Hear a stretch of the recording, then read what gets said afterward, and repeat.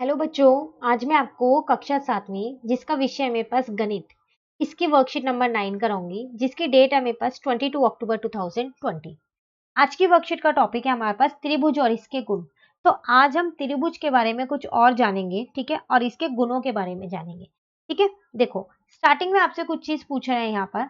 आपसे कह रहा है उस त्रिभुज का नाम बताइए जिसकी तीनों भुजाएं बराबर होती हैं। तो आपको उस त्रिभुज का नाम बताना है जिसकी भुजाओं की जो लंबाई है तीनों की वो बराबर होती है। तो वो कौन सा त्रिभुज होता है? वो होता है मेरे पास समभुज त्रिभुज। ठीक है ना? तो ये वो त्रिभुज होता है जिसकी तीनों भुजाएं और इसके तीनों कोण बराबर होते हैं। मतलब तीनों भुजाएं, अगर मैं यहाँ पर एक ये त्रिभुज ऐसा बना दूं तो इसकी ये तीनों भुजाएं आपस में बराबर होती हैं और ये तीनों कोण भी बराबर होते हैं इसके। ठीक है ना? अब आगे आपसे कह रहे हैं, क्या आप किसी ऐसे त्रिभुज के बारे में जानते हैं जिसकी दो भुजाएं बराबर होती है? यदि हाँ, तो ऐसे त्रिभुज का नाम बताइए। कह रहा है क्या आप ऐसे किसी त्रिभुज को जानते हैं जिसकी दो भुजाएं बराबर होती है? तो बिल्कुल, हम तो एक ऐसे त्रिभुज को जानते हैं जिसकी दो भुजाएं बराबर होती है। वो कौन सा त्रिभुज होता है? वो होता है समद्विबाहु त्रिभुज। होता है नहीं होता? इसकी दो भुजाएं तो बराबर होती हैं। तो कह रहा है अगर आप जानते हैं तो उसका नाम बताइए। तो देखिए यहाँ पर लिखा हुआ है, जी हाँ, हम जानते हैं। क्या है वो? कौन सा त्रिभुज है? समद्विबाहु त्रिभुज की दो भुजाएं आपस में बराबर होती हैं। ठीक है। अब समद्विबाहु त्रिभुज के कोणों में क्या संबंध है? देखो, समभुज त्रिभुज जो था उसकी तो भुजाएं और कोण सब बराबर होते हैं। तीनों भुजाएं बराबर होती है आपस में और तीनों कोण बराबर होते हैं। तो कह रहा है फिर इस वाले त्रिभुज में, समद्विबाहु त्रिभुज में उसके कोण कैसे होते हैं? क्या उसके भी कोण बराबर होते हैं? नहीं। तो उसके लिए आपको एक क्रियाकलाप दे रखा है, ठीक है, जो आपको खुद से करना है। ठीक है, तो चलिए देखते हैं क्या क्रियाकलाप है। देखो क्रियाकलाप है क्या, मैं आपको इसे थोड़े शॉर्ट में समझाती हूँ। आपको क्या करना है, एक कागज पे एक त्रिभुज बनाना है एक्स वाई जेड। ठीक है, और वो त्रिभुज आपको इस तरीके से बनाना है कि जो ये दो भुजाएं ना उसकी, वो दोनों भुजाएं बराबर होनी चाहिए। ठीक है, तो आप लोग घर पे क्या करना, एक कागज पे एक त्रिभुज बनाना, ये दोनों भुजाएं बराबर बनाना, ये अलग बनाना। ठीक है, उसके बाद आप क्या करना, वाई जो है, जो आपका शीर्ष है, इस वाई को ना इस जेड के शीर्ष पे रख देना। ठीक है, तो आपको इसको मोड़ना है, इस तरीके से मोड़ना है कि जो ये वाई वाला जो शीर्ष है ये बिल्कुल जेड वाले शीर्ष पे आ जाए। और आप देखना कि जो ये वाई है ना ये जेड को पूरा ढक लेगा। ये वाला जो कोण है इस वाले कोण को पूरा ढक देगा अच्छे से। ठीक है, तो आप ये घर पे करके देखना, बिल्कुल ढकेगा। इसका मतलब इससे क्या पता चलता है? इससे ये पता चलता है कि जो मेरा वाई कोण है और जो मेरा जेड कोण है वो दोनों बराबर है। बराबर है ना, इस तभी तो इस वाई ने इस जेड को ढका। ठीक है, तो इससे हमारे पास क्या एक प्रमेय निकल के आती है। हम कह सकते हैं कि किसी त्रिभुज के बराबर भुजाओं के समान वाले कोण, सामने वाले, ठीक है, या फिर सम्मुख कोण आपस में बराबर होते हैं। इसका मतलब आपने क्या किया था, जो कागज पे आपने एक त्रिभुज बनाया था एक्स वाई जेड, उसमें ये दोनों भुजाएं बराबर ली थी। अगर ये 3 लिए तो ये भी 3 ली होगी, है ना? तो जब दो भुजाएं बराबर होती है ना, तो जो उसके सम्मुख कोण होते हैं, ठीक है, जैसे इस वाली भुजा का सम्मुख कोण ये है और इस वाली भुजा का सम्मुख कोण ये है, तो वो भी बराबर होती है। तो इस पूरी क्रियाकलाप से हमारी एक ये प्रमेय निकल के आ गई है। ठीक है ना? तो ये आप घर पे जरूर करके देखना और मुझे कमेंट बॉक्स में बताना जरूर कितने बच्चों ने किया है। अपने नाम के साथ जरूर बताना कि आपने कितने बच्चों ने ये क्रियाकलाप किया है। चलिए एक और क्रियाकलाप आपके लिए यहाँ पर दे रखी है। यहाँ पर, यहाँ अब आपको क्या करना है, फिर से एक त्रिभुज बनाना है एक कागज के ऊपर। ठीक है, जैसे ये बना हुआ है, कागज काटना है और ये त्रिभुज बनाना है, या फिर आप त्रिभुज बना के कागज काट सकते हो। ठीक है, त्रिभुज के आकार का। अब क्या करना है, उस त्रिभुज में ना आपको ये 3 कोण बनाने हैं। उसी जो आपने कागज पे त्रिभुज काट रखा है ना, उस पे 3 कोण बनाने हैं ये। अब ये 3 कोण बनाने के बाद आपको क्या करना है, ये तीनों कोण को काट देना है। ठीक है, तो वही चीज सब कुछ यहाँ पर लिखा है कि अलग अलग काट दे। देखो लिखा है ना, फिर कोनों को भी अलग अलग काट दे। अब आपको ये कोने अलग अलग काट देने हैं और अलग अलग काटने के बाद आपको क्या करना है, जो एक रेखा है, ये एक रेखा है, इस रेखा पे ये तीनों कोनों को चिपका देना है। ठीक है, अब ये तीनों कोण अलग हो गए हैं तो 3 टुकड़े हो गए हैं आपके पास, 3 टुकड़े हैं ना आपके पास। ठीक है, अब उन तीनों टुकड़ों को आप क्या करो, इस रेखा के ऊपर चिपका दो। तो जब आप इस रेखा के ऊपर चिपकाओगे ना उन तीनों कोनों को, तो ये कोण आपका ऐसा बन जाएगा। ठीक है, और ये कौन सा कोण है, ये आपका सरल कोण है। और सरल कोण कितनी डिग्री का होता है, ये आपका 180 डिग्री का होता है। इसका मतलब त्रिभुज के अंदर जो 3 कोण होते हैं, इन 3 कोणों को अगर मैं जोड़ दूं मतलब इनका योग, वो कितना होता है, वो मेरा 180 होता है। ठीक है, तो वही चीज लिखे हैं यहाँ, त्रिभुज के तीनों अतः कोणों का योग कितना होता है 180 होता है। ठीक है, तो एक क्रियाकलाप आपके पास ये है, तो आप ये भी करोगे। ठीक है ना, अभी एक और क्रियाकलाप है इस वाली वर्कशीट में, चलो देखते हैं वो क्या है। यहाँ लिखा है नीचे दिए गए माप के त्रिभुज को खींचिए कागज की पट्टियों का उपयोग करके। अब देखो आपको क्या करना है, कागज की पट्टियां काटनी है। कैसे काटोगे कागज की पट्टियां, एक 2 सेंटीमीटर की, एक 3 की, एक 5 की, ये पहले पार्ट के लिए। दूसरे पार्ट के लिए 3, 6 और 7 की काटोगे। तीसरे पार्ट के लिए 6, 3 और 2 की काटोगे। ठीक है, अब आप क्या करो, इनसे त्रिभुज बना के देखो। तो 2, 3, 5 है। जब आप इन कागज की पट्टियों को काट लोगे उसके बाद जोड़ के देखो क्या त्रिभुज बन रहा है।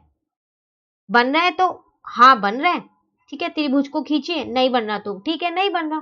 ठीक है, ऐसे आपको तीनों में करना है।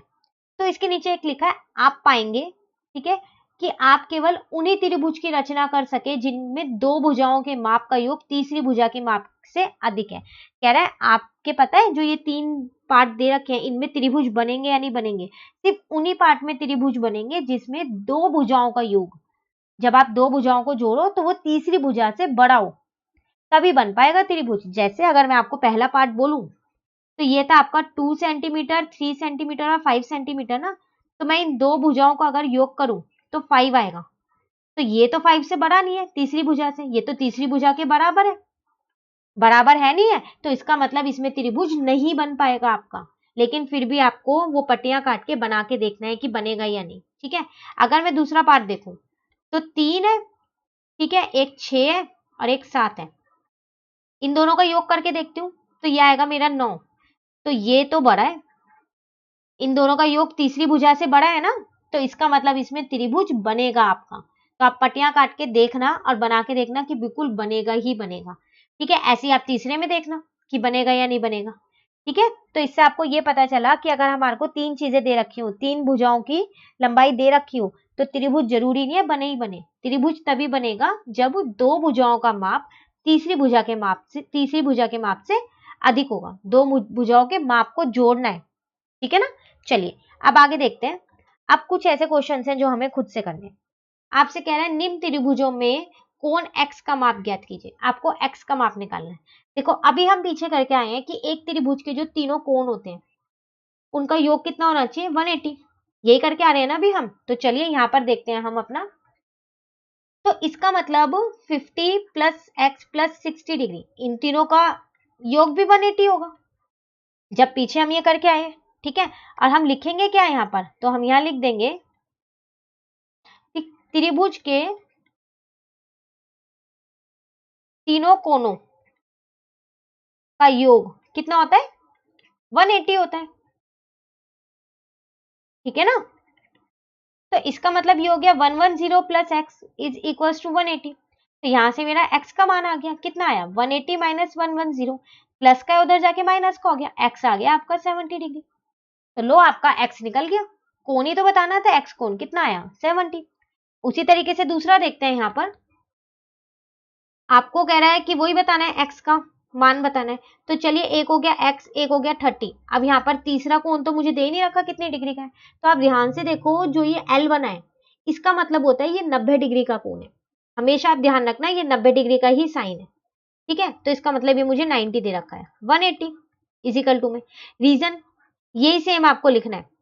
ठीक है, तो मैं यहाँ पर लिख रही हूँ, छोटा सा मैं लिख रही हूँ और डैश डाल रही हूँ त्रिभुज के तीनों। अब आगे का आप खुद से ये पूरा कंप्लीट कर लेना यहाँ से देख के। ठीक है, तो ये आया मेरा x plus 120 is equal to 180। ठीक है ना, तो यहाँ से मेरा x का मान आ गया। 120 प्लस का था तो मैं इधर लिया माइनस का हो गया। तो x कितना हो गया मेरा 60 डिग्री, और मुझे x का ही तो माप बताना है। तो मेरा कोण P कितना आ गया 60 डिग्री आ गया। ठीक है ना, आप चाहो तो यहाँ लिख सकते हो कोण P is equal to x is equal to 60 degree. उसी तरीके से आप यहाँ भी लिख सकते हो कोण A is equal to x is equal to 70 degree. ठीक है, चलिए आप तीसरा पार्ट देखते हैं। तीसरे पार्ट में आपसे क्या कह रहा है, आपको अच्छे 2x दे रखे हैं, कोई बात नहीं, आपको 2x दे या 3x दे, हमारे को सिर्फ एक ही चीज याद रखनी है कि त्रिभुज के तीनों कोणों का योग कितना होता है 180 होता है। तो चलिए 50 plus x is equal to 180। अब रीजन में आप सेम यही वाला लिखोगे। ठीक है, तो मैंने इसलिए अब यहाँ पर ये डाल दिया है कि आप सेम लिखना है आपको। ठीक है, तो ये तो मेरा हो गया 50 plus 2x, x plus x 2x is equal to 180। यहां से मैं 50 को उधर ले गई। ठीक है ना, तो मेरा कितना आ गया ये 130। अब देखो ये 2 इधर मल्टीप्लाई का है, तो जब ये दूसरी साइड में जाता है ना तो साइन चेंज कर लेता है, मल्टीप्लाई का क्या बन जाता है, डिवाइड बन जाता है, ठीक है ना। तो इसको इससे कट कर दो 65। इसका मतलब आपका, अच्छा यहाँ तो आपको नाम ही नहीं दे रखा, ठीक है, तो आप यहाँ पर सीधा लिख सकते हो फिर तो कि जो आपका x आया है वो आपका कितना आ गया, x का मान 65 डिग्री आ गया, ठीक है ना। अब एक बार इस फिगर में, इस आकृति में आप देखो, आपको ये दोनों भुजाएं सेम दे रखी हैं। अभी हम एक चीज करके आए हैं, अगर हमारी दो भुजाएं सेम हो तो उसके जो सम्मुख कोण होते हैं वो भी सेम होते हैं, बराबर होते हैं। तो देखो है ना बराबर x x, तो ये भी 65 निकला है और ये भी 65 निकला है, ठीक है ना। तो ये था मेरे पास क्वेश्चन 1। चलिए क्वेश्चन 2 देखते हैं हम। क्वेश्चन 2 कह रहा है नीचे दिए गए कोणों में कौन कौन से कोण युग्म एक त्रिभुज के अतः कोण हो सकते हैं। कह रहा है जो आपको नीचे जितने भी कोण दे रखे हैं इनमें से कितने कोण, मतलब कितने पार्ट ऐसे हैं जो त्रिभुज के कोण होंगे, अंदर के जो कोण होते हैं उसके।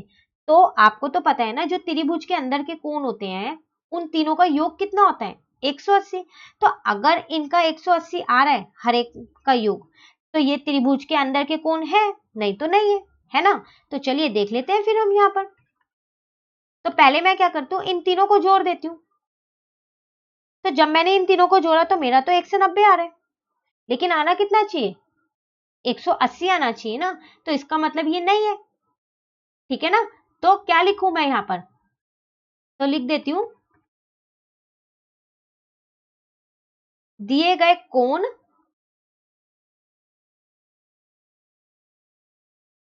त्रिभुज के अतः कोण नहीं हो सकते, नहीं हो सकते हैं, ठीक है। क्यों नहीं हो सकते, क्योंकि ये 180 के बराबर नहीं है, ठीक है। चलिए दूसरा देखते हैं हम। दूसरे में भी जोड़ के देखूं, अगर 180 आया तो है, नहीं तो नहीं है। तो मैंने यहाँ पर तीनों को जोड़ा ना, तो मेरा यहाँ पर 180 आ रहा था, आ रहा है ना 180, जो जोड़ो आप, आपका भी 180 आएगा। तो सेम लिख दो दिए गए कोण त्रिभुज के अतः कोण हो सकते हैं, ठीक है ना। चलिए तीसरा पार्ट देखते हैं अब हम इसका, वही तीनों को जोड़ के देख लेते हैं। अगर इनका योग 180 आया तो ये है, नहीं तो ये नहीं है। तो जब आपने इन्हें जोड़ा ना तो इनका भी आपका 180 ही आया। तो सेम यही लिखना है आपको, ठीक है। तो सेम मैंने वही लिख दिया, जो अपने मैंने सेकंड में लिखा था वही मैंने यहाँ थर्ड में लिख दिया,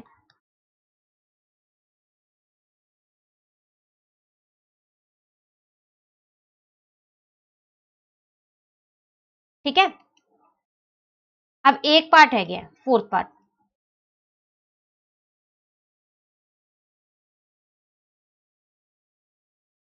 ठीक है ना, फोर्थ पार्ट है गया। तो चलिए ये भी देख ही लेते हैं हम जल्दी से। तो इन सबको जोड़ेंगे तो कितना आएगा, इन सबको जोड़ोगे तो आपका 130 आ रहा है, तो ये नहीं है। इसका मतलब हम क्या लिखेंगे, तो 130 नॉट इक्वल टू है 180, ये 180 के बराबर नहीं है। तो दिए गए कोण